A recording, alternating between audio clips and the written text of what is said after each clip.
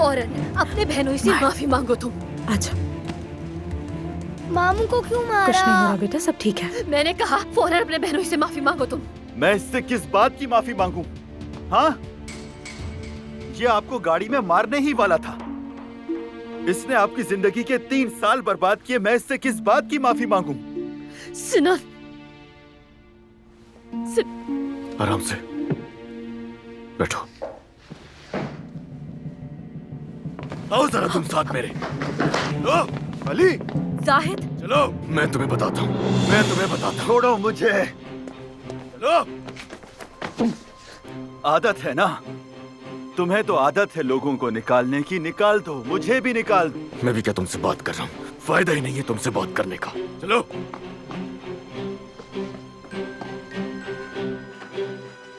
आओ आओ सिनान, आओ। जितनी तुमने पी रखी है ना, इसका अब नतीजा भी भुगतोगे तुम सिनान साहब। पहले तो मैं तुम्हें होश में लाऊंगा, उसके बाद मैं तुमसे बात करूंगा। जाओ।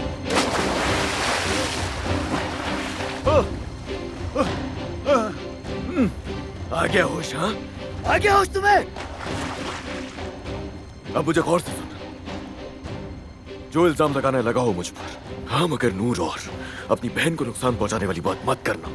तुम्हारी बहन को तकलीफ ना पहुंचे सिर्फ इसी वजह से खुद को, अपनी जुबान को सब संभाला हुआ है मैंने। अब तुम भी अपनी जुबान बंद रखना। तुम्हें जो करना है करो, जो कहना है कहो, लेकिन हाँ, ये सब ना सुनो आइंदा। आज के बाद मेरे सामने ऐसी कोई भी हरकत मत करना। मेरे सब्र का पैमाना अब लबरेज होने वाला है।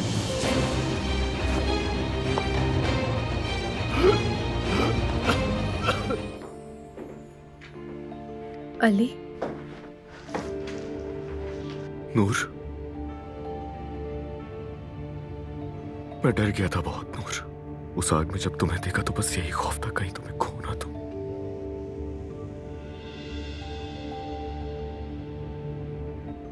हर चीज पता है मुझे। उस आदमी ने क्या किया तुम्हारे साथ, कितने तुम्हें दुख दिए, सब कुछ जान गया हूं मैं। लेकिन परेशान मत हो, अब वो हरगिज नहीं आ सकेगा तुम्हारे करीब, हरगिज नहीं। तुम्हारे साथ जो भी किया उस पर शर्मिंदा हूं।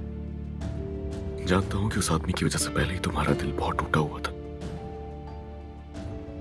लेकिन मैं ये भी जानता हूं नूर कि जरा तुमने शक नहीं किया मुझ पर। मैं भी खुद पर काबू नहीं रख पाया, लेकिन हाँ, पछतावा है उस पर।